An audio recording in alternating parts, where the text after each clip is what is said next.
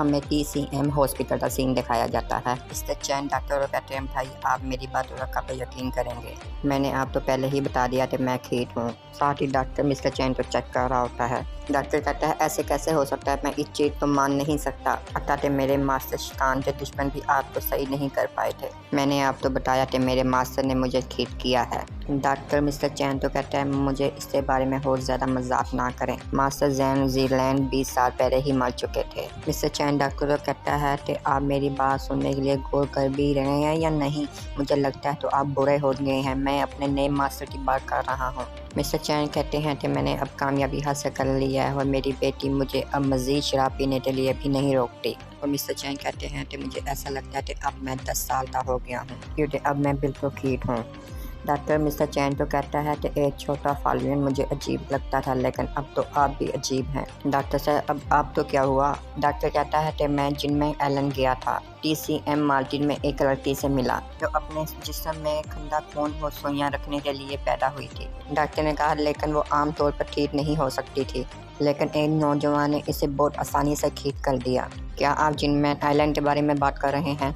क्या आप तो उस नौजवान ने अपना नाम बताया, उसने कहा था कि मेरा ताल्लुक जनचैन सिटी से है और मेरा नाम किंशु है। मिस्टर चैन जोर जोर से हंसने लग जाते हैं और कहते हैं क्या इत्तेफाक है भाई ली, आप वाकई इस बार हैरान रह जाएंगे। डॉक्टर ली कहता है तुम क्यों हंस रहे हो मुझे बताओ। मिस्टर चैन डॉक्टर तो कहते हैं कि जिस नौजवान से आप मिले थे ना, उसका नाम किंशु है ना, वो मेरा नया मास्टर है। क्या भाई चैन मेहरबानी करके इसे मुझसे मुतारिफ करवाएं। डॉक्टर ली ठीक है। और साथ ही मिस्टर चैन के मोबाइल पर फ़ोन आता है, टेंशन में आ जाते हैं और फ़ोन को अटेंड करते कहते हैं हेलो मास्टर। मिस्टर चैन कहते हैं क्या, ऐसे कैसे? मिस्टर चैन ठीक है, मैं यहीं पर हूँ और मैं इस चीज़ से वाकिफ हूँ और मुझे पता चल गया है और मैं जल्दी वहाँ पर पहुँचता हूँ। भाई ली जब आप मेरे मास्टर को देखोगे तो आप ज़्यादा मत बोलना। डॉक्टर ली कहते क्या कोई मसला हुआ है? कोई भी आपकी मदद नहीं कर सकता, हमारे पास अभी कोई स्पेशल वार्ड नहीं है। डॉक्टर कहते हैं सच पूछे तो आप तो इसी हाल में रहना होगा, अब आपके पास काफ़ी रकम होने के बावजूद आप वार्ड में नहीं रह सकते। आप तो ये जानना होता कि ये जिनचैन TCM हॉस्पिटल है। मिस्टर आस डॉक्टर तो कहते हैं क्या तुम फाइट चाहते हो? किंशुरी माँ किंशुरी कहती हैं कि तुम परेशान ना हो, मेरा सिर्फ एक ही बाजू टूटा है, यहाँ पर रहना ठीक है और मैं जल्दी घर वापस आ जाऊँगी। माँ ये सब मेरी गलती है, मुझे कल घर वापस आना चाहिए था। डॉक्टर इन तो कहता है जाओ अपने हॉस्पिटल का बिल अदा करो और यहाँ से निकल जाओ। मिस्टर आस डॉक्टर की बात सुन के बहुत गुस्से में आ जाते हैं और कहते हैं अपनी बकवास बंद करो और मैं तुम्हें मार दूंगा। सादी किंशु का हाथ आगे बढ़ते हुए दिखाया जाता है और वो डॉक्टर को गरीबान से पकड़ लेता है। किंशु डॉक्टर को कहता है ठीक है मुझे बताओ तुम्हारा बिल कितना है। साथ ही किंशु ने इस तरह गला इतनी जोर से दबाया होता है तो वो खांसने लग जाता है और कहता है कोई है जो मेरी मदद करे। किंशु माँ किंशु कहती है वहीं पर रुक जाओ, ऐसा मत करो, लेकिन किंशु माँ की बात नहीं सुन। किंशु माँ जोर से कहती है रुक जाओ वहीं पर, क्या मैंने तुम्हें कहा नहीं? नीचे किंशु माँ तो कहती है कि आप अपना ध्यान करें। साथ ही किंशु पीछे मुड़कर अपनी माँ की तरफ देखता है और डॉक्टर को छोड़ देता है और डॉक्टर डैम करते नीचे गिरता है। किंशु कहता है सिर्फ माँ की वजह से अभी मैं तुझे छोड़ रहा हूँ। मिस्टर किंशु हम यहाँ पर आ गए। मिस्टर किंशु आपकी माँ बेहोश हो गई है। किंशु मैनेजर ये बात सुनकर चौंक जाता है। हमें VIP मरीज वार्ड नंबर 1 दिखाया जाता है। मिस्टर किंशु आप फिक्र न करें, इनको रेस्ट करने दें और इनकी बेहोश होने की वजह ये है कि इनके बाजू पर चोट लगी हुई है और वो बहुत ज़्यादा कठिन हुई है। डॉक्टर ली किंशु तो कहता है वैसे मैंने उस डॉक्टर को सजा दी है, बराए करम आप हमें माफ़ कर दें। डॉक्टर ली मिस्टर चैन ने आपको मेरे बारे में कुछ बातें बताई होंगी, इसलिए आप मेरी इज्जत करते हैं। मास्टर मैं ठीक है, तुम लोग सुनो, मेरी कंपनी के अलावा मेरी माँ तो दूसरी चीज़ों के बारे में मत बताना। डॉक्टर ली कहते हैं ये मिस्टर चैन की गलती नहीं है, ये मुझे जूनियर डॉक्टर ने बताया है जो आपसे जिनमैन आइलैंड में मिले थे। किंशु कहता है ठीक है, लेकिन मैं अनजान लोगों से मदद लेना पसंद नहीं करता क्योंकि आपने मेरी माँ के लिए बहुत कुछ किया है, इसलिए मैं आपका मकरूज हूँ। किंशु मैनेजर से कहता है आपने मुझे मिस्टर चैन तो आपसे मुतारिफ करवाने के लिए कहा था, अब आप बात कर सकते हैं। ठीक है मिस्टर किंशु। किंशु मिस्टर चैन तो कहता है कि मैं अभी आपके पैसे वापस नहीं कर सकता, मैं अपनी कंपनी में से आपको शेयर दे सकता हूँ। कोई बात नहीं मास्टर, आप जैसा चाहें वैसे कर सकते हैं। किंशु कहता है चलो अब यहाँ से हम चलते हैं, मेरी माँ को अच्छे आराम की ज़रूरत है। आस मुझे पूरी बात बताओ कि यहाँ पर हुआ क्या था। किंशु कहता है अगर वो अभी भी जिंदा है तो मैं उन्हें बताऊंगा कि क्या हो सकता है। किंशु कहता है कि मैं इनको ऐसी सज़ा दूंगा ये जीते जी अपनी मौत मांगेंगे। सर आज किंशु तो कहता है कि रात को जब हमने अपना रेस्टोरेंट बंद किया और 10 से ज़्यादा लोगों ने दरवाजे पर ठोकर मारी और चीख कर कहा कि वो यहाँ पर खाना खाना चाहते हैं, ज़ाहिर है वो नशे में थे।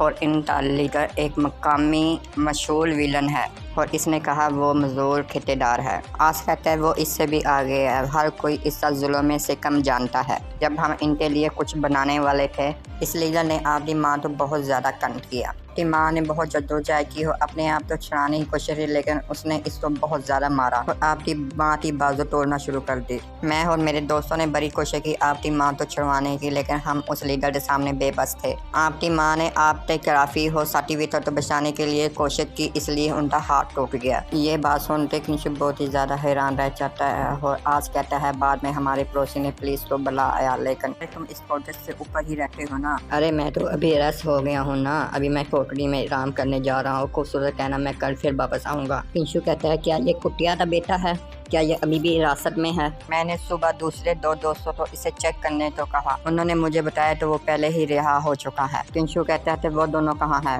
भाई किंशु आस कहता है तुम लोग पिछले दरवाजे से वापस क्यों आए हो? कैनलोन के 10 से ज़्यादा साथी यहाँ पर हैं, वो सामने वाले दरवाजे पर इंतजार कर रहे हैं, लेकिन कैनलोन यहाँ नहीं है। कुंडो का जो लीडर है उसका नाम कैनलोन है। किंशु कह रहा है चलो अच्छा तुम तीनों यहीं पर रहो, मेरी माँ का ध्यान रखना। भाई आज हम आपके साथ चलते हैं, कम से कम हम अपना गुस्सा तो निकाल सकते हैं। किंशु कहता है चलो अब उनकी नानी याद करवाते हैं उनको। बैठ कर यहाँ साइन करें डॉक्टर साहब। डॉक्टर नजर अचानक ही किंशु हो जाती है, वो कह रहा होता है ये कहाँ पर जा रहा है इस टाइम। किंशु जोर से अपना हाथ दरवाजे पर मारता है, दरवाजे को ओपन करता है। किंशु इन गुंडों के पास आ जाता है। गुंडे में से एक आदमी कहता है कि आप लोग आखिरकार यहाँ पर पहुँच ही आए। येलो बालों वाला कहता है कि ये नौजवान कौन है, क्या ये मेरे हाथों से मरने के लिए आया है? किंशु इन तो कहता है कि तुम में से कोई मुझे ये बता सकता है कि तुम्हारा लीडर कहाँ है, मैं उसको बड़ी नरमी से मारूंगा। येलो बालों वाला गुंडा जोर जोर से हंसने लग जाता है। वो किंशु को कहता है लगता है कि तुम पागल हो। चौकीदार इनके पास आता है और इनको कहता है हॉस्पिटल में मत लड़ो, मैंने पहले ही पुलिस को बुला लिया है।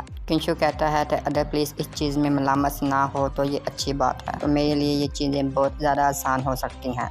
आगे कॉलेज के दाखिले का इम्तिहान आ रहा है, मैं अपनी माँ तो अपने बारे में मज़ीद परेशान नहीं कर सकता। किंशु इनको कहता है आइए किसी और जगह चलते हैं। येलो बाला जोर जोर से हंसने लगता है कि हम पुलिस से नहीं डरते, आज हम आप तो बर्बाद कर देंगे और तुम्हें यहाँ पर मार डालेंगे। किंशु इनको कहता है फिर ठीक है माँ, मुझे माफ़ कर देना। मिस्टर किंशु येलो बाला वाला गुंडा डॉक्टर ली से कहता है ओ ओल्ड मैन, क्या तुम भी मेरे हाथ से मरने के लिए आए हो? मिस्टर ली आप ली किंशु तो कहता है कि मुझे कुछ कहना है। डॉक्टर ली कहता है बेरोजगार लोगों का एक ग्रुप हंगामा खड़ा करने के लिए अपने हाथों में हथियार लिए जिनचैन TCM हॉस्पिटल में आया। डॉक्टर ली कहते थे ये सब इसी वजह से था। इस वक्त एक मेहरबान शहरी वहां से गुजरा और इसकी मदद की, फिर लोगों को अपना नाम बताए बगैर। डॉक्टर की बात सुनते थोड़ा सा हैरान हो गया था, लेकिन अब उसने लड़ना छोड़ दिया। जहाँ तक इन बेरोजगार लोगों का ताल्लुक है, इनके पास हथियार थे, लगा ये मुनासिब है कि मेहरबान शहरी इनके साथ पूरी काते साथ लड़े। इससे अलावा जिनचैन सिटी के पुलिस स्टेशन का ऑफिसर मेरा हम जमात है, मुझे इस किस्म के शहरी को गिरफ्तार करवाने के लिए मशवरा देना चाहिए। येलो बालों वाला गुंडा गुस्से में आ जाता है और कहता है तुम बाहर में जाओ, तुम्हें पता भी है तुम किसके बारे में बात कर रहे हो। चाटू रहकर इनकी तरफ आगे बढ़ता है और किंशु इसको देख लेता है।